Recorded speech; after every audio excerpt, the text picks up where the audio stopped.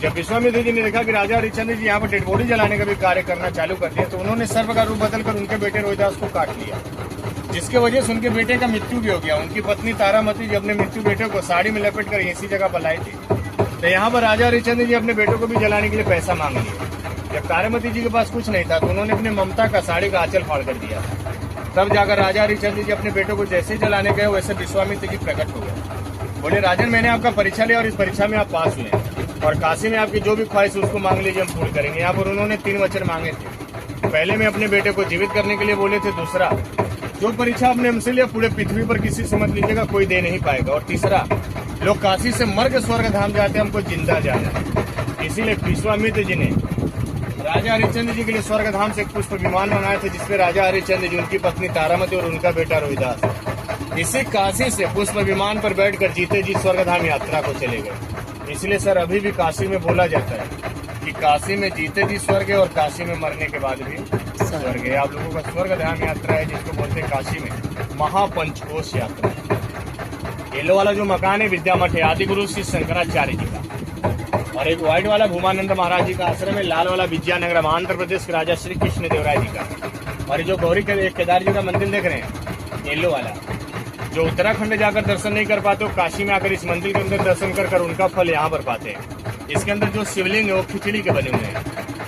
एक ब्राह्मण ने मकर संक्रांति वाले पर्व को मिट्टी के बर्तन में खिचड़ी बनाकर मंदिर के अंदर भोग लगाकर घाट पर स्नान कर जब मंदिर में गए तो मिट्टी का बर्तन टूटकर 2 भागों में बढ़ गया था, जिसमें आधा चेहरा माता पार्वती जी का बना था और आधा चेहरा भगवान शिव जी का।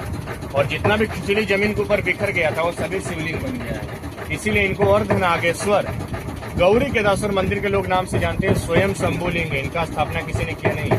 सावन महीने में अगर काशी में किसी भी शिव मंदिर के ऊपर पहला जल चढ़ता है उसके बाद जाकर बाबा विश्वनाथ जी देखिए वाला है चौकी घाट, कोलकाता की रानी रासमणी जी का।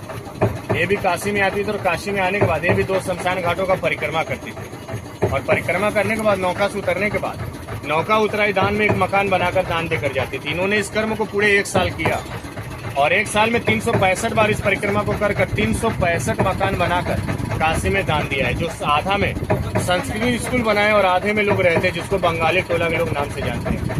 आप काशी में कहीं को भी घूमेंगे, जो येलो पेंट किया हुआ जितना भी मकान दिखाई देगा सभी रानी रासमणी जी का दान में दिया हुआ है। देखिए, क्योंकि काशी में सर उल्टी गंगा बहती है, ये गंगा मैया का बहाव ऐसे है, इसलिए इनको मोक्षदायिनी गंगा बोला गया और ये मोक्ष की नगरी काशी है। कहाँ हुआ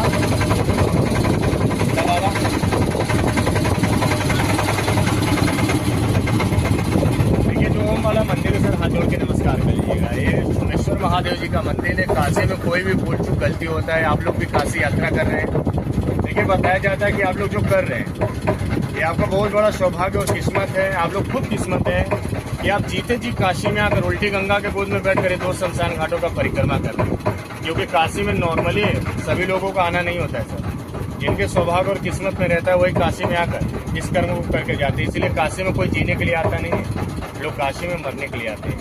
और लोग आप लोग जो जीते जी कर जा रहे हैं, लोग तो मरने के बाद भी काशी में उनका सौभाग्य वो आ पाते हैं या नहीं आ पाते हैं।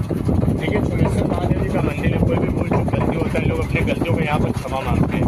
क्योंकि इस मंदिर के अंदर उतने दरवाजे हैं जितने हमारे दिशाएं हैं, और जिधर के लिए आप जाएंगे उधर के लिए दरवाजा खुलता जाएगा और कभी भी बंद होता नहीं है। देखिए, मानसरोवर घाट है और ये जो लाल वाला मकान है बंगाली एक्टर का है।